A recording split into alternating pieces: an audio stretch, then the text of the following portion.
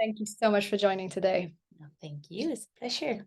I'm really looking forward to our conversation, mostly because the topic of authenticity and being true to yourself is something I really believe in. So super looking forward to our talk. Let's kick off directly with this theme, which is, what do you feel people can do to be more true to themselves and to be more clear on what it is they want to move forward in life? I think it starts off with actually taking the time.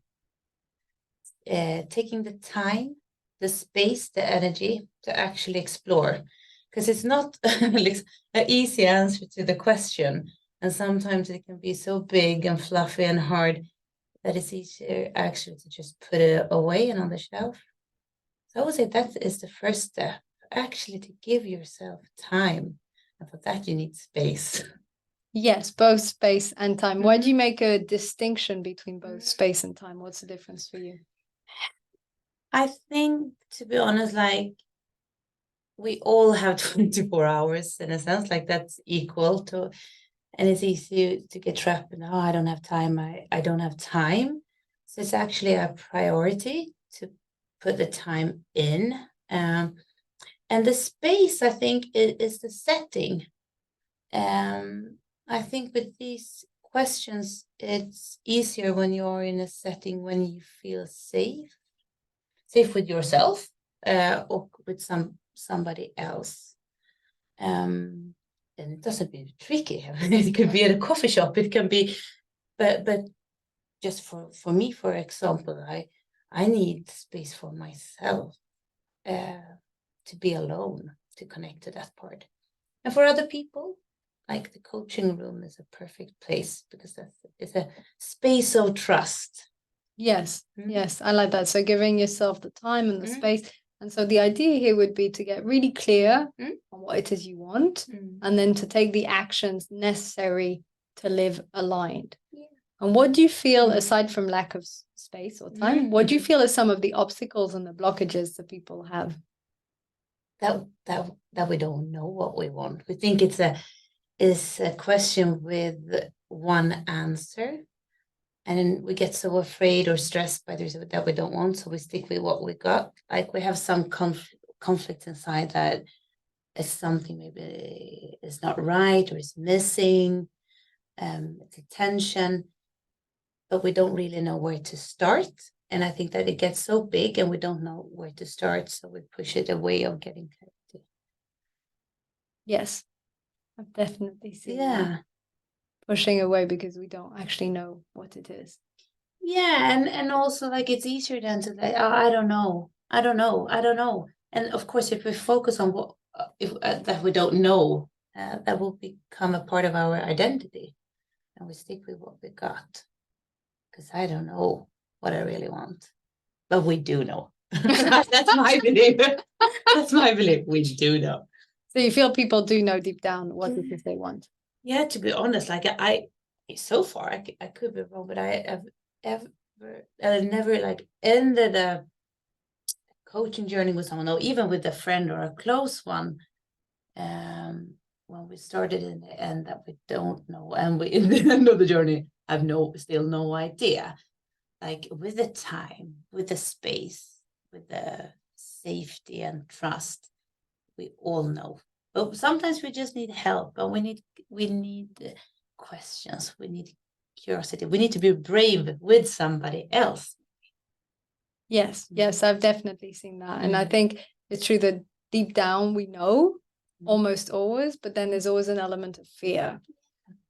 Fear of the unknown, fear of something new, fear of failure. And that prevents people, and it's like you said, they just create this identity of, oh, well, I just don't know, and don't seek further. Yeah, exactly. I totally agree. And especially like then it's more safe to say, and that's a good feeling as well, to stay with what we got. But if the question comes back to us like once in a while, like, is this really what I want? What is missing? Like, it won't stop. Like it's not. And I think also, because it's a big question and it doesn't only have like one answer, So it's just getting maybe 1% more clear of what we want. 1% more clear of what's important or who we want to be. Like, it doesn't need to be full on. Like, I have this new business plan in my hand. Just that small little like curiosity. It's a good start. Yes, and we can feel it when it happens, because I know sometimes in conversations, and I've had it with you also, where you suddenly feel, I'm a little more clear now. Yeah. And that is one of the best feelings. Like clarity. If it's one subject, like, okay, nobody comes to me and says, I only want to talk about clarity, but it's a subject that comes back all the time, all over again, and especially a lack of clarity. It could be a lack of clarity in my role, both in work or as a parent or as a friend. Like, just lack of clarity makes us stress. So when we gain a little bit more clarity, it's just like, it's a release. It really is. Okay, so let's say someone listening here thinks, I get it. I need to take that time and space. Maybe take a weekend away, maybe take a week away to fully dive into this and explore. What are some tools they can use or questions they can ask themselves to actually know what they want? I think a good start is really connect what's important for us. And I think about that in 3 layers. Like, what's important for us or for you to feel good in your everyday life. Like, because most of our days is, it's not a fancy vacation or a party night. Like, in everyday life, what do I need to feel good in my everyday life? And we know answers to that.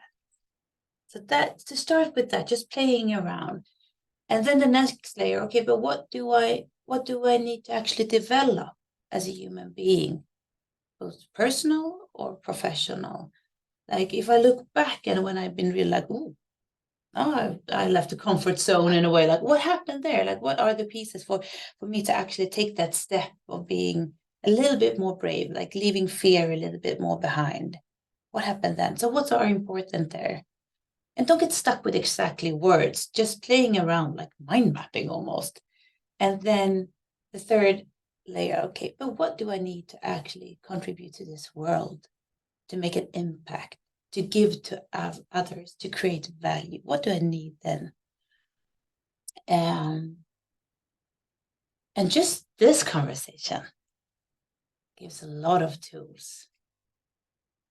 So that could be a good start, playing around with what's important for you, your values, and these 3 layers.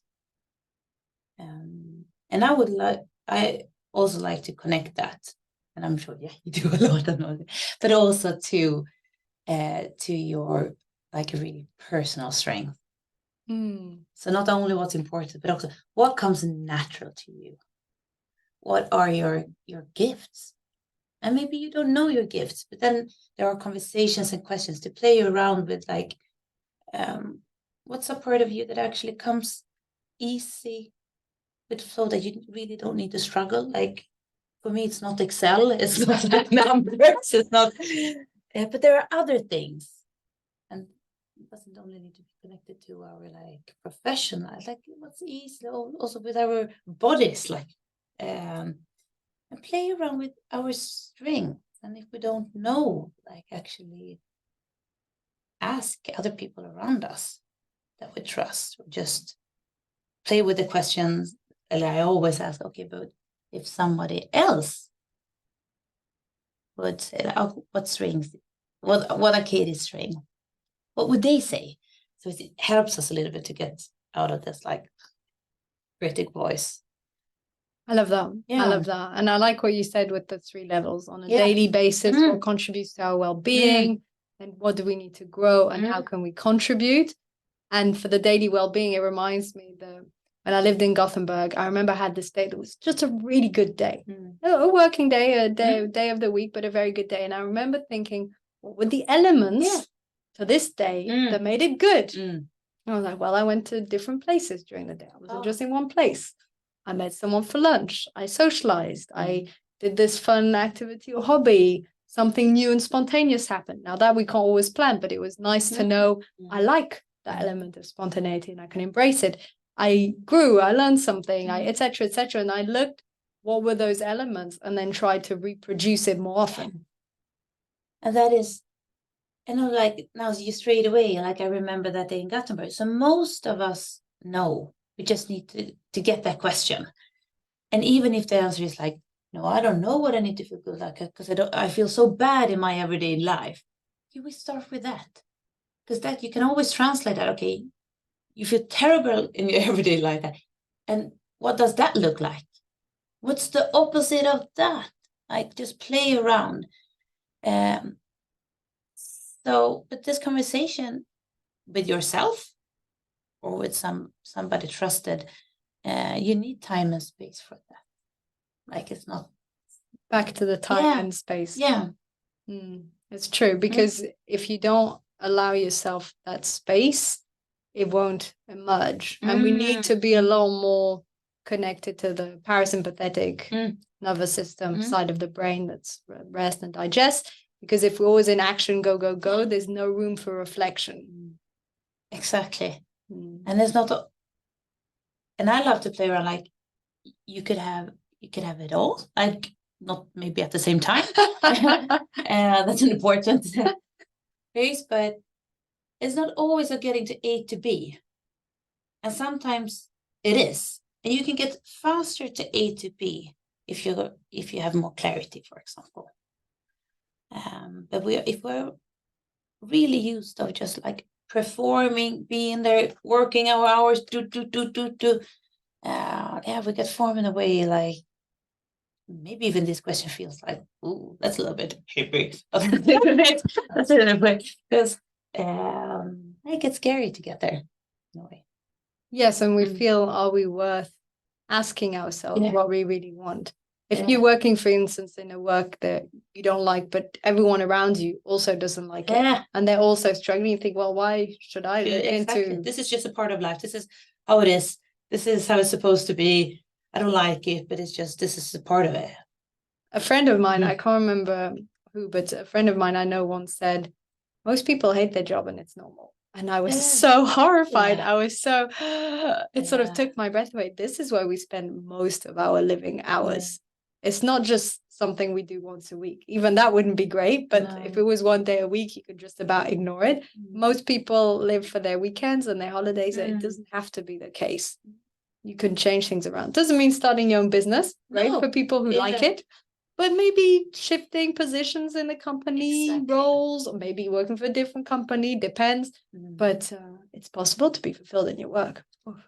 It is. And actually, that was just, I had a good conversation with my neighbor the other week.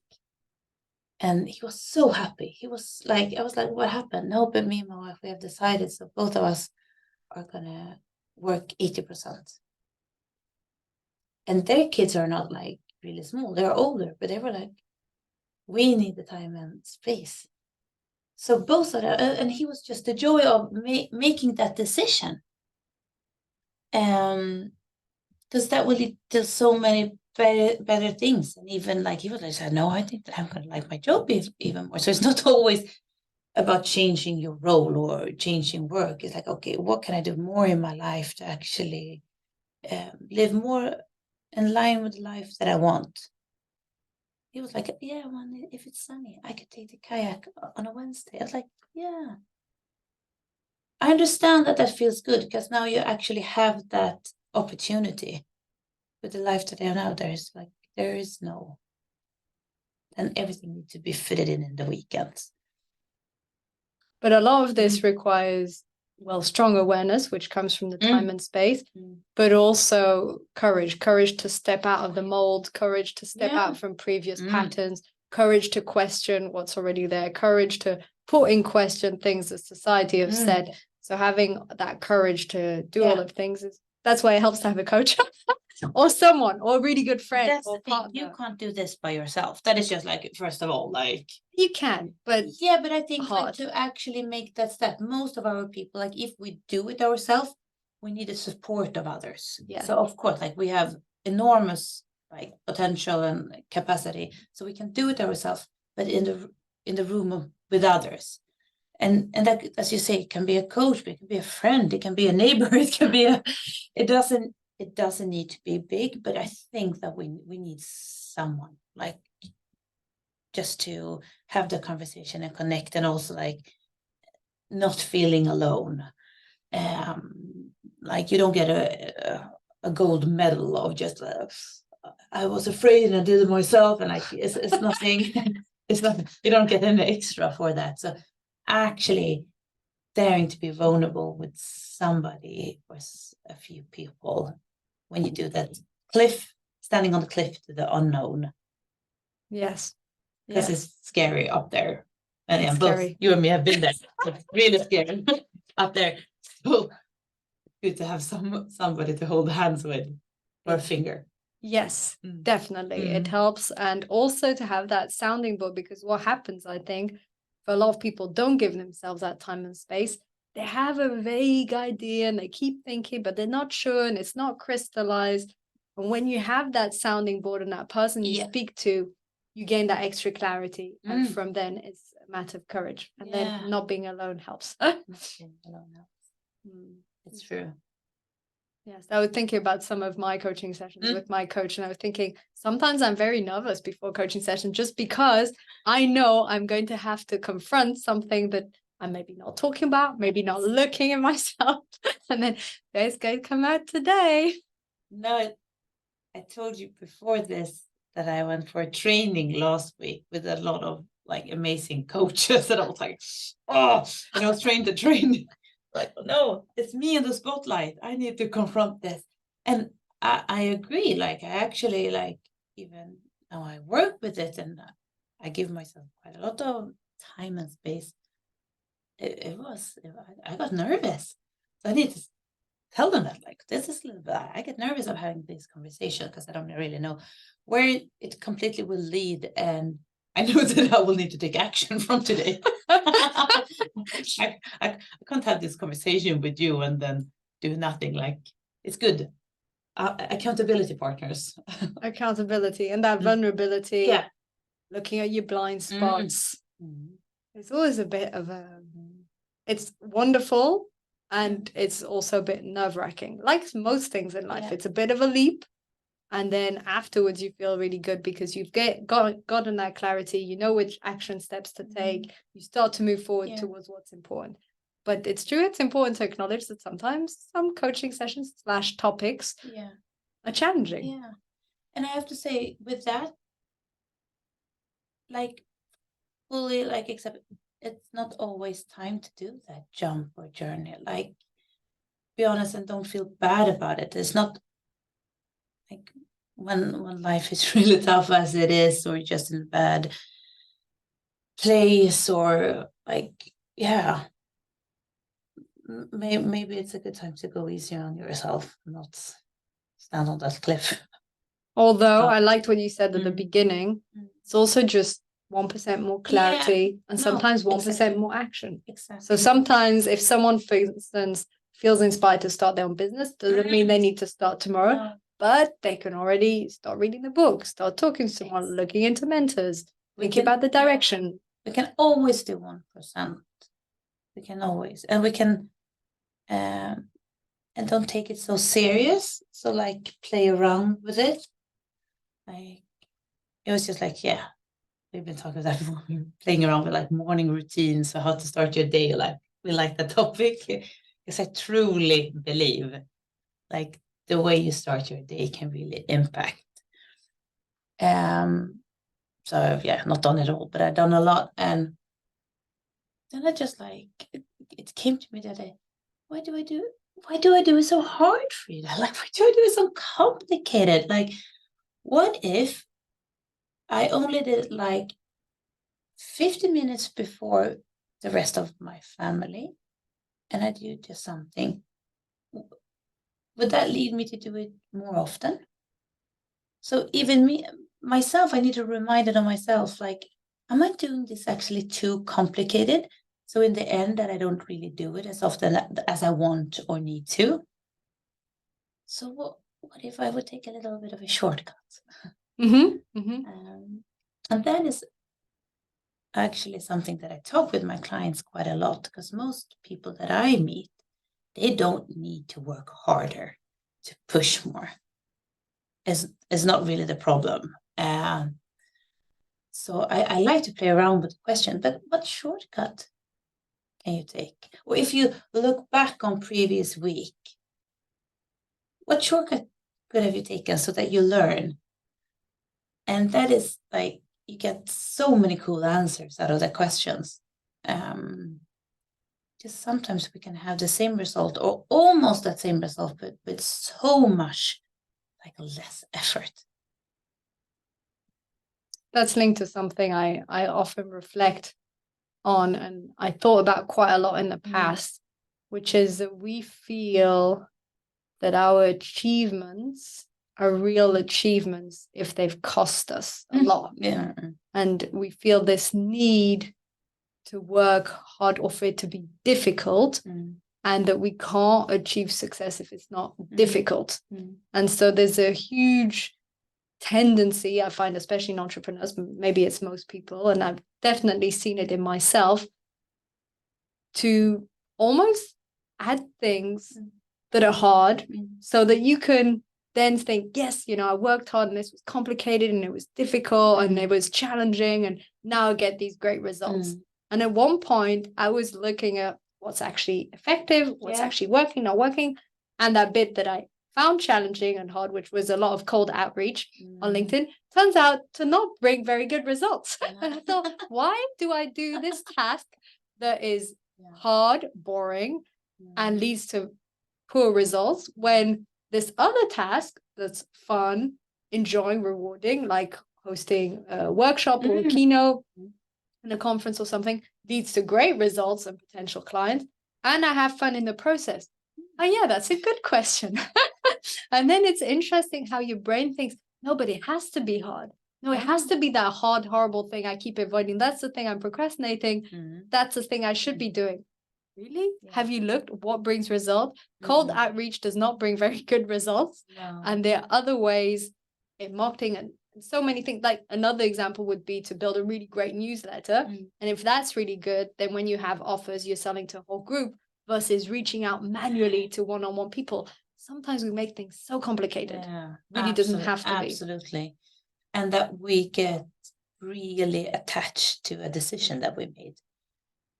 We plan this, we're gonna do this, or this is the plan. I'm gonna stick with the plan. I'm gonna stick with the plan. I'm gonna stick with the plan. And then, but life happens, and we changes. People get like also with like health, like that is up and down. Like it's not only like A to B. So be a little bit more life, but that like it's really good to have a plan. But actually to. What most people need most of that is to take things away. And sometimes that could be actually to take away the plan, because it's okay to not have a plan also. And that's scary, again, for most people. If you create a plan that's not really great and not really aligned, but it's something, and you're doing that, then you realize it's not working. Probably the best step is to do exactly what you said, remove the plan, take some time out and reflect. But for most people, that's too scary. So it just says, continue doing plan. It'll work out. Maybe I just need to continue. And sometimes it's a matter of consistency and perseverance, of course. But sometimes it's a matter of innovating and doing something totally different. After that, you need to pause and figure out what it is. That's scary for most people. It is. Everyone, I think. It is. No, I have a background, in law, and I studied law, for many years, and I was so like, this year I'm gonna do this, and started working straight away, like even the day after I graduated, and I thought like this is just a step I need to take. And with like feeling quite early on that, I don't know if this is aligned with who I am. Not that there's anything wrong with law, or people studying or working within law, but something within me was not really aligned. But I was kind of like, I have applied, like if you entered the law studies, like I wanted to finish, and then I got an offer. Like it's so easy. Like, so with that, I have such a respect that it's so much easier to just, in one way, to just stick with that. So it is scary, but it's possible. It's like, but it is, especially when you have a plan or somebody else have a plan for you. That could be a boss or a leader, like with good intention, or a partner. But so not only that you have a plan, people around you have a plan or expectations of you. Yes, and I've definitely done it in the past where I've created a plan to suit my husband, or to suit my family, or to suit the coach I'm working with. Like, this is the sort of plan they want to hear. And recently I've been really reflecting on the sort of questions we ask ourselves to move forward. And I know that at one point when I was struggling in my business, the question that I would ask myself is, how can I make it profitable? Yeah. How can I bring in money and stuff? Which is fine. There's nothing wrong but with that question. But it can lead to some answers that aren't aligned, because there's loads of ways to make money. And some of it you might love and some you might hate. And so that is just the wrong question. And it's the same here. If what we ask ourselves is, what would make my partner happy, or what would my family think of this, or what would my coach agree to, or what has she done in the past, versus what do I want, what's aligned. So now with the questions, I've started to pivot it, and I try and catch myself if ever I go down the, what would be profitable, is this profitable enough or not. I think, what excites me? Exactly. What do I love? What feels great? Answer those questions. That brings in money anyway. Yeah, of course it could. Like, maybe not exactly when we want it. Like, we need the perspective, a little bit of time, space. But no, it's all about question. Not only the question that we get from others or ask it, like the question we ask ourselves. Of course, if it's negative, a little bit of stress, a negative emotion behind the question we ask, of course that will impact us to this more like a little bit tension. So we want to ask those questions in a relaxed, and find the answers when we're in that relaxed place. I get my greatest epiphany when I'm on holiday or weekend away or walking in nature. Oh, I could do this, or I could contact this person, or that would be a great project. When you're in the daily fast rhythm, it's hard to get these insights. It's true. So what would you say to someone listening who's inspired by this idea of figuring out what they want and living authentically? What would be one last piece of advice you would give to them? Connect to the question, who do I want to be? It's actually my favorite question. It's the question that I work with myself every day. So I start my working day with asking, who do I want to be today? Most of the time, I give kind of the same answer, but it depends also what I'm going to do that day and how I want to appear. So what I like about that question is that we are not stuck with who we are today. We are not stuck with the past of like what our parents think we should be, or friends. And it's something like looking for the future. Like, it's something hopeful with that question, who do I want to be? And I don't mean that we should be somebody we're not. It's actually connecting to that a little bit, like authentic part of ourselves that I would see maybe we can find if we look at the picture of ourselves when we were 4, 5, 6 years old. And if we look at the picture and see a little bit of the essence of that picture, who was that girl? Who was that boy? And how can I bring that like child actually and connect that to the future picture? I think that's really, really powerful. And if we get stuck once again, who do I want to be? Oh, it gets too big. Like, connect to like, who do I have in front of me? Who do I know that inspires me? Who do I don't know, but maybe it's just this like famous person on Instagram. I don't know. But when it's something that you connect, like this feels real, like this is a person that inspires me to grow, to what can you borrow from that person? Yes, because mostly when we admire people, they have certain traits that we really like. Exactly. And those are traits that we have within us, but maybe we've only developed so far. So if we really admire someone who's very courageous and I don't know, started their own business, or is doing crazy sports or something like that, maybe it's because you want to do it too. I thought about this when I went for a cold dip this weekend, and these other Swedish people also happened to join. And then this other woman was walking past with a big fur coat and gloves, and she asked what the temperature was, and she said, "Oh, I could never do it. It's too cold," and walked away. And I thought, she probably asked because deep down she sort of wants to do it. She's genuinely curious and interested and wondering, could she do it? Would she be able to? Would she have the guts to do it? And I thought, it's so interesting. We look at other people and what they're doing, and some things inspire us, and there's a reason for that. Exactly. And maybe sometimes we don't, understand it ourselves. Maybe she was, oh, they are crazy. But she took the time, she took the energy to ask the questions. So there's something there. Definitely. Definitely. And I think that sort of sums up what we're saying in terms of being inspired by other people and taking on those traits. Exactly. Because everyone as someone that would think, oh, he or she is cool. Like, it just like, it could start with like the style, the way the person is talking, the way that a person is behaving to their family. Like, it doesn't need, once again, it doesn't need to be very big, or it doesn't need to be Beyonce. But what are things that gives us a little bit of a, oh, I like that. That's like, that warms my heart. So something that comes from within. Yes. Yes, that's where what it all comes down to. Being able to listen to within and then act accordingly. Right. Thank you so much, Frida. This has been so valuable. I really enjoyed it. I love what you said with the 3 levels of daily, but then also growth, and then contribution, but also what you're saying here in terms of who do I want to be, and coming back to that question regularly. I think that is so powerful, and it's something that can really shift the way we act. And it also places the focus on being and not just on doing. And so, do I want to be in terms of inner quality and inner strength, not just what do I want to do, what do I want to achieve, which is, I think, the default of most people. So it shifts things around. So thank you so much, Frida. Thank you. Thank you. My pleasure. Thanks.